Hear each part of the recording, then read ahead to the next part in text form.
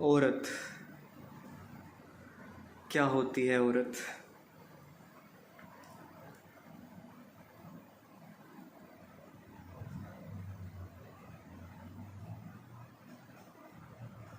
एक औरत को बचपन से ही, पैदा होते ही उसके पेरेंट्स, सोसाइटी, एजुकेशन सिस्टम, जो ओवरऑल उसका सराउंडिंग है, उसको इस तरह से तैयार करता है, उसकी अपब्रिंगिंग इस तरह से होती है, शी इज़ रेज्ड इन अ वे कि उसे सेल्फ सफिशिएंट नहीं होने दिया जाता।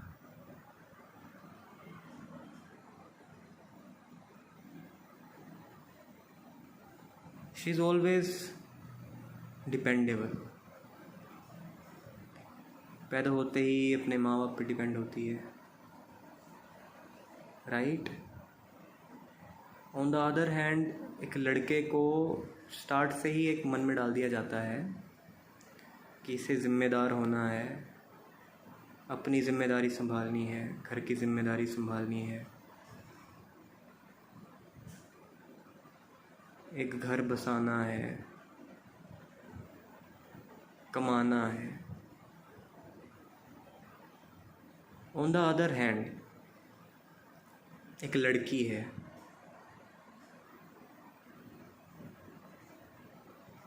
वो अपनी माँ को देख के या माहौल को देख के, आसपास ज़्यादातर औरतों को देख के उसे एहसास हो गया होता है या करा दिया जाता है कि तुम खुद पे बहुत ज़्यादा काम नहीं भी करो तब भी तुम्हारा गुजारा हो जाएगा।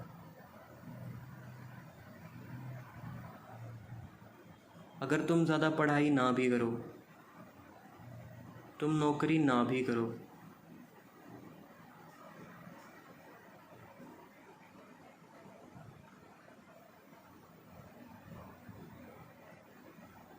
तो कोई ख़ास फ़र्क नहीं पड़ने वाला तुम पे। तो इसलिए वो पहले माँ बाप पे डिपेंड रहती है,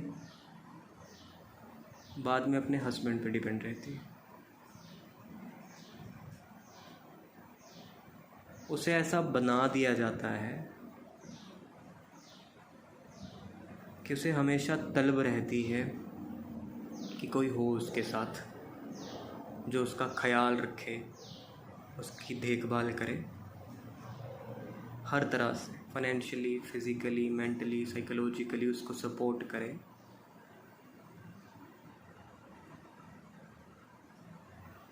ये चाहना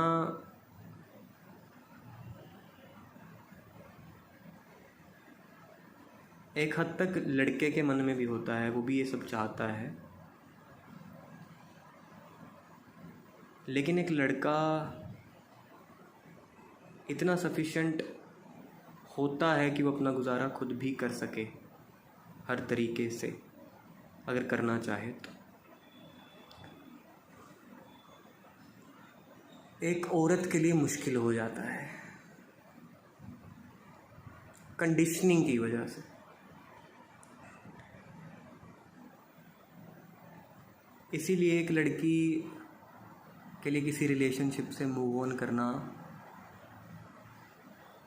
ज़्यादा डिफ़िकल्ट हो जाता है, जब वो जुड़ जाए तो, अगर वो जुड़ जाए तो। It happens with man as well, but in particular if we are talking about women only,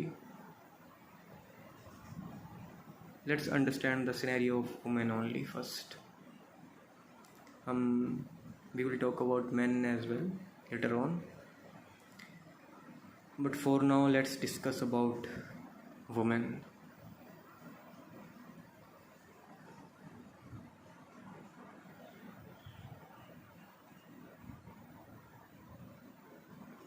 लड़की को इतनी तलब होती है किसी की कि कोई ना कोई तो चाहिए, कि वो इस हद तक जाने के लिए तैयार हो जाती है कि वो ज़िल्लत भी सह लेती है। आपने बहुत केसेस में देखा होगा, in most of the relationships which start smooth, एक लड़की जो है वो सबमिसिव हो जाती है, with time, which results into a toxic relationship, because एक सबमिसिव होगा तो एक डोमिनेंट हो ही जाएगा. In most of the scenarios submissive लड़की होती है.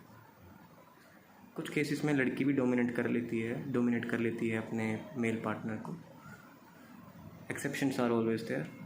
We are talking about a general scenario, general aspect, कि वो इस हद तक जाने के लिए तैयार हो जाती है कि वो जलील होने के लिए भी तैयार हो जाती है. और आपने देखा होगा मूवीज़ में, सॉन्ग्स में, टीवी पे, कहीं पे भी, अपने आसपास माहौल में, जितनी नुमाइश एक लड़की अपने जिस्म की करती है उतना लड़का कभी नहीं करता. That seeking attention is found in the case of girls the most, women the most. छोटे छोटे कपड़े पहनना, जैसे क्लीवेज शो करना, right, to attract, to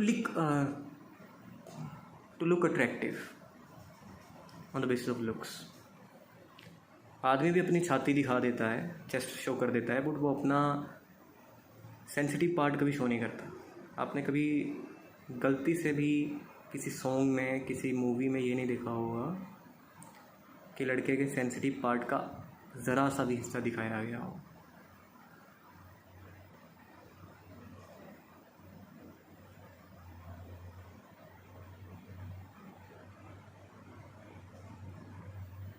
But most of the costumes are designed like this, that they are explosive. What I'm trying to say is, उसमें exposure होता है.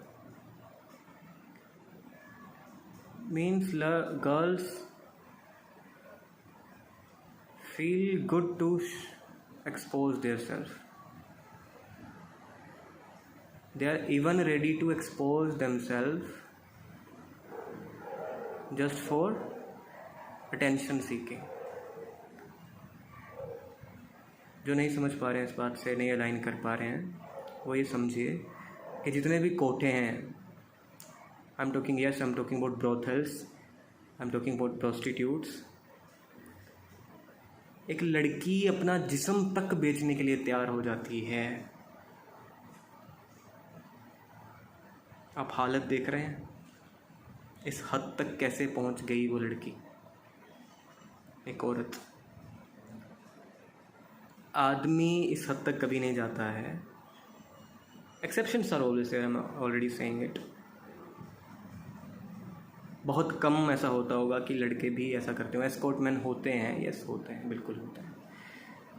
But if you talk about general aspect, एक लड़की अपना जिस्म तक बेचने के लिए तैयार हो जाती है. इस हद तक जलील होने के लिए तैयार है एक लड़की. ज़िल्लत तक गुजरने के लिए तैयार है एक लड़की. खुद को बेचने के लिए तैयार है एक लड़की. सब सहने के लिए तैयार है एक लड़की. तो वो लड़की इस तरह की बन कैसे गई? कौन जिम्मेदार है? ये सवाल है. एक लड़की के साथ मैरिटल रेप हो जाता है शादी के बाद, वो फिर भी उस घर में रहती है अपने लिए, अपने बच्चों के लिए, for so called XYZ reasons. एक लड़का शायद इतना कभी ना सह पाए जितना एक लड़की सहती है.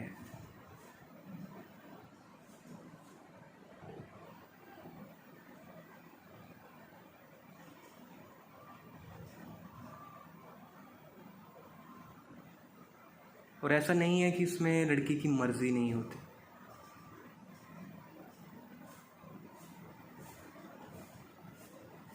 लड़की में इनकार की ताकत होती है. लड़की चाहे तो रेजिस्ट कर सकती है, but she is brought up, she is raised like this, कि वो उसके लिए भी तैयार हो जाती है, उस एब्यूज़ के लिए, उस ह्यूमिलेशन, उस डिग्रेडेशन के लिए भी तैयार हो जाती है एक हद पे आके. और वो सबकॉन्शियसली खुद रेडी हो जाती है इसके लिए भी. मतलब उसे ये गंवारा है कि वो मर भी जाए बट उसे तलब इतनी है किसी की, आदत इतनी है कि उसे लगता है ये जो सामने वाला है ये उसको चाहिए ही चाहिए।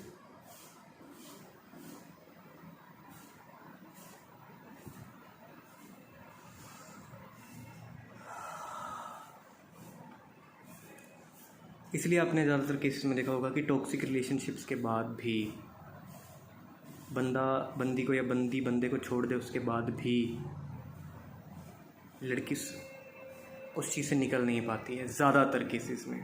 आई am already saying exceptions are always that. Like आप किसी पंछी को पिंजरे में कैद रखो 7, 8, 10 साल के लिए, उसके बाद रिहा कर दो, वो उड़ना ही नहीं चाहेगा। अब वो उड़ना ही नहीं चाहता। एक हाथी की एग्जांपल थी कि उसको एक कील के साथ बांधा जाता है जब वो छोटा होता है, फिर जब वो बड़ा हो जाता है फिर भी वो उस कील से बंधा होता है। अब उसमें वो ताकत है कि वो छुड़ा के जा सकता है, लेकिन अब वो चाहता ही नहीं है। उसे आदत हो गई है, उसके उसके बिलीफ सिस्टम में उसने मान लिया है कि अब यही उसकी ज़िंदगी है। तो सेम हैपन्स विद गर्ल्स कि most of the girls who become sluts are being used by their men, their male partners, in some time in their lives, that now they are ready to surrender themselves, like they feel like कि अब वो इसी में राज़ी हैं शायद, अब उसको उसी की आदत हो गई थी, अब उनको वही चाहिए शायद।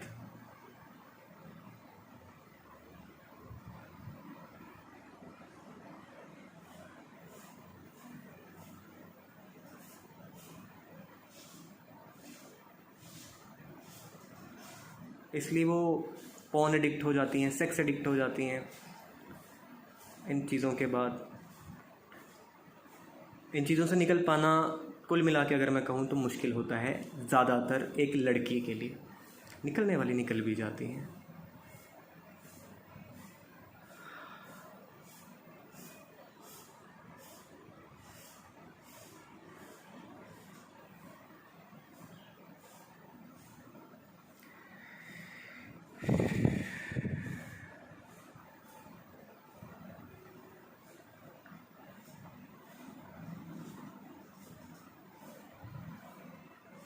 So overall, the problem is in the conditioning, the upbringing, the way a girl is raised in the very start by the parents and society, education system, जो आसपास का माहौल है। आप उसकी 20-25 साल की कंडीशनिंग के बाद उसको बदलने का सोचो, उसको उस माहौल से निकालने का सोचो, उसे सेल्फ सफिशिएंट बनाने का सोचो, तो वो मुश्किल है, बहुत मुश्किल है जब तक वो लड़की खुद ना चाहे। तो आपने ज़्यादातर केसेस में देखा होगा लड़कियों को ही ज़्यादा चुल होती है।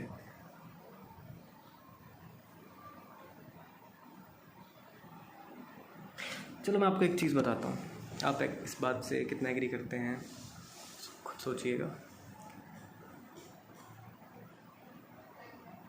लड़का जलील करता है, यूज़ करता है, उसमें उसको किक मिलती है, he feels good in it, right. वो जब किसी को यूज़ कर रहा है उसमें सामने वाले का नुकसान है, वो उसको हार्म कर रहा है। वो ऐसा क्यों हो जाता है उस पर भी बात करेंगे।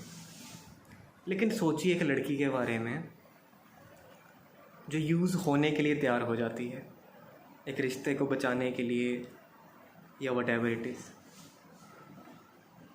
क्या थॉट प्रोसेस रहता होगा उसके पीछे का कि कोई ऐसा कैसे हो सकता है कि वो यूज़ होने के लिए तैयार है। यहाँ पे आप किसी रिलेशनशिप की बात कर लीजिए जहाँ पे एक लड़की को एक मौके पे आके, आई am talking about toxic relationship, एक लड़की को पता लग जाता है कि ये लड़का मेरे से शादी नहीं करने वाला, ये मेरे को सिर्फ यूज़ कर रहा है। Still the girl is ready to get used by that partner. इतनी तलब है कि तू बस मेरे को छोड़ मत, मेरे को तू चाहिए, इतनी तलब है मुझे तेरी कि तुझे मुझे इस्तेमाल करना है तो कर ले, कोई दिक्कत नहीं, मैं राज़ी हूँ उसके लिए भी, बस तू मुझे छोड़ मत। तुझे साथ में 3-4 बंदियां हैं तेरी, तुझे उनके साथ रहना है, तुझे मुझे कम इम्पोर्टेंस देनी, कोई बात नहीं, पर तू मुझे रख, मुझे छोड़ मत। ये चीज़ जो है वो सिर्फ लड़कियों में हो सकती है।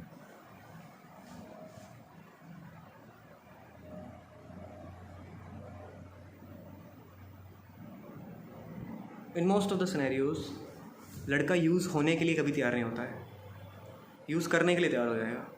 लेकिन एक लड़की ही ऐसी चीज़ है वो यूज़ होने के लिए तैयार हो जाती है। And if you talk about sluts, prostitutes, वो एक बंदे से नहीं कितने बंदों से यूज़ होने के लिए तैयार है। सोचो, उसके माइंड ने उसको अलो कैसे कर दिया कि इतने लोग उसके जिस्म पे आके उसको लूट के जा रहे हैं और नोच रहे हैं, खरोच रहे हैं।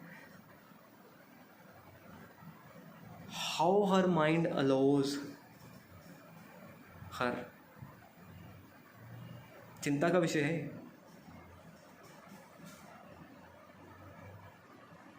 एक लड़का 10 लड़कियों के साथ खेल रहा है, उसमें उस 10 लड़कियों का नुकसान है, नो डाउट उस लड़के का भी नुकसान है। अगर वो 10 लड़कियों की कॉन्शियसनेस को हार्म कर रहा है तो उसमें लड़के का भी नुकसान हो रहा है, पर ज़्यादा नुकसान उन 10 लड़कियों का है। लेकिन एक लड़की 10 लड़कों से यूज़ होने के लिए रेडी है। मतलब एक लड़का बाहर की तरफ इम्पैक्ट डाल रहा है, मतलब बाहर नुकसान पहुंचा रहा है। एक लड़की अंदर नुकसान पहुंचाने के लिए तैयार है, इस हद तक जाने के लिए तैयार है। तो क्या हो गया है औरत को? आप किसी ऐसी सिचुएशन में देखिएगा जहाँ पे आपको पता है, आपको आपके रिलेटिव्स में, अपने फ्रेंड सर्कल में, अपने आसपास मोहल्ले में ऐसे केस मिल जाएंगे जहाँ आपको पता है कि एक लड़की के साथ उसका पति गलत करता है, उसको मारता पीटता है दारू पी के, या फिर जो भी है, आपको मान लो पता भी हो, आप फिर भी उस लड़की को समझाने का सोचें कभी कि तू छोड़ क्यों नहीं देती, all and all whatever it is. उसकी बातों में आपको एक चीज़ दिखेगी, एक चीज़ तो वो ज़रूर बोलेगी कि जाऊँ कहाँ, कि बच्चों को छोड़ के कहाँ जाऊँ। एंड उसके एक तो फैमिली ने, पेरेंट्स ने उसके, या सोसाइटी ने, एजुकेशन सिस्टम उसको इस तरह से रेज़ नहीं किया कि वो खुद गुजारा कर सके। एक रीज़न तो ये भी रहता है, लेकिन बड़ा रीज़न ये रहता है कि वो अब जाना ही नहीं चाहती है। अंदर की बात यही है कि वो जाना ही नहीं चाहती है, क्योंकि इट्स नॉट रेप की किसी स्ट्रेंजर ने रेप कर लिया आपके साथ, आप यूज़ हो गए, आप उस बंदे के साथ रह रहे हो, ज़बरदस्ती नहीं रह रहे हो, आप मर्ज़ी से ही रह रहे हो, क्योंकि उसने बांध के नहीं रखा। You are not physically bound, you are mentally bound, and in some manner by your will, आपका उसमें विल है। You have accepted that life by your self, you need to understand that. अभी हमने प्रॉब्लम डिस्कस करी है।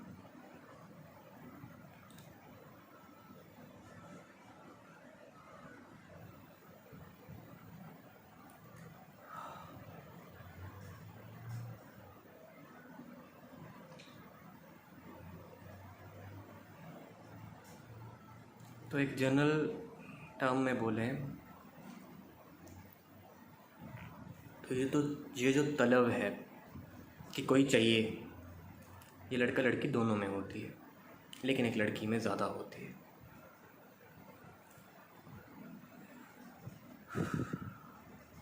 अब लड़के की बात करते हैं। उसको इस तरीके से डिज़ाइन किया जाता है उसकी सोसाइटी, फैमिली एंड एजुकेशन के द्वारा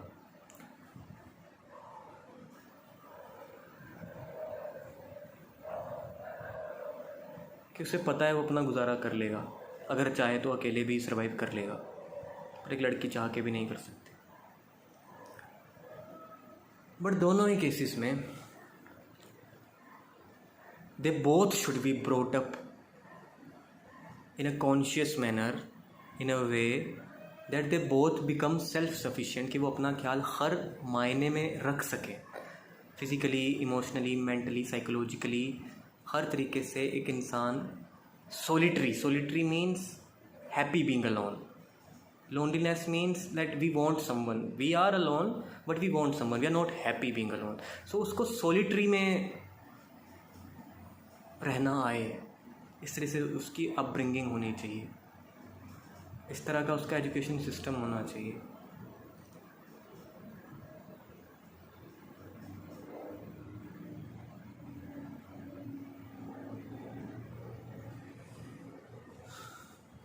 जब तक ऐसा नहीं होगा तब तक एक पीस इस्टेब्लिश नहीं हो सकता इस सोसाइटी में, ह्यूमैनिटी में, मैनकाइंड में।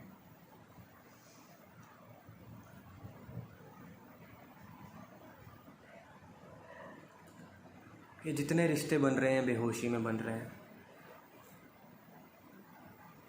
There is no conscious ground in between two individuals.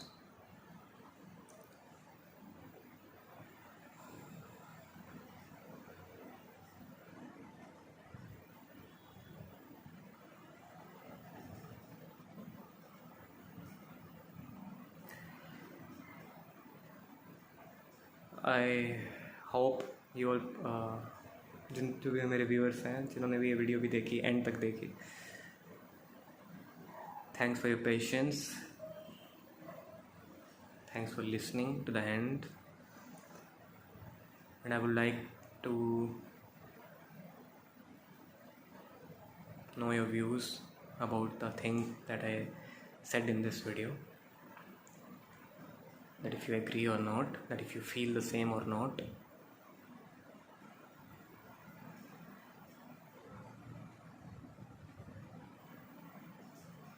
We need to work on this, we need to fix this,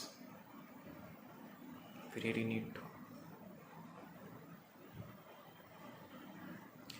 We need to fix it from the very start, from the very birth.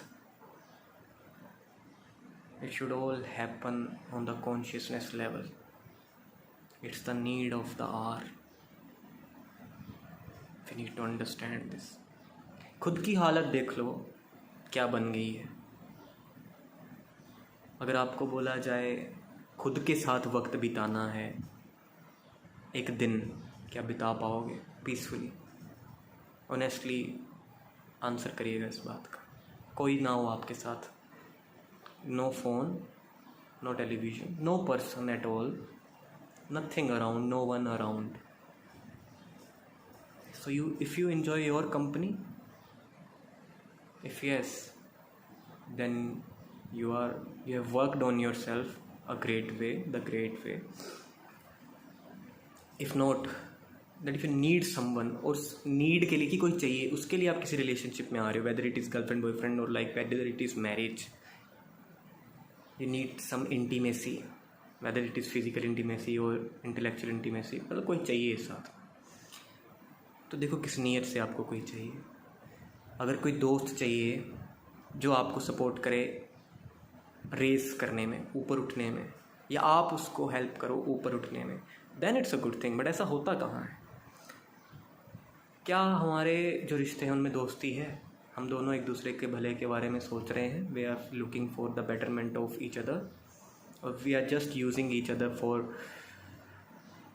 Just to feel good, because we are not feeling good alone, so we are using the other person to feel good.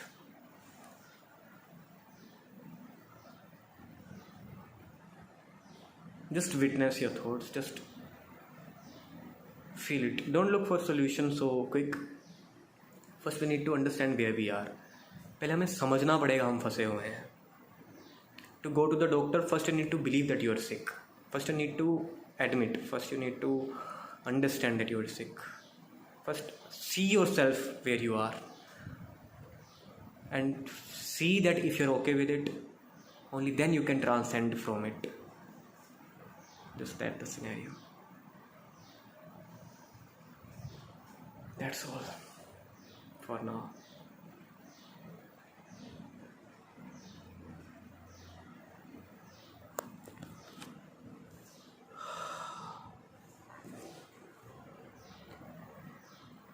Okay, signing off.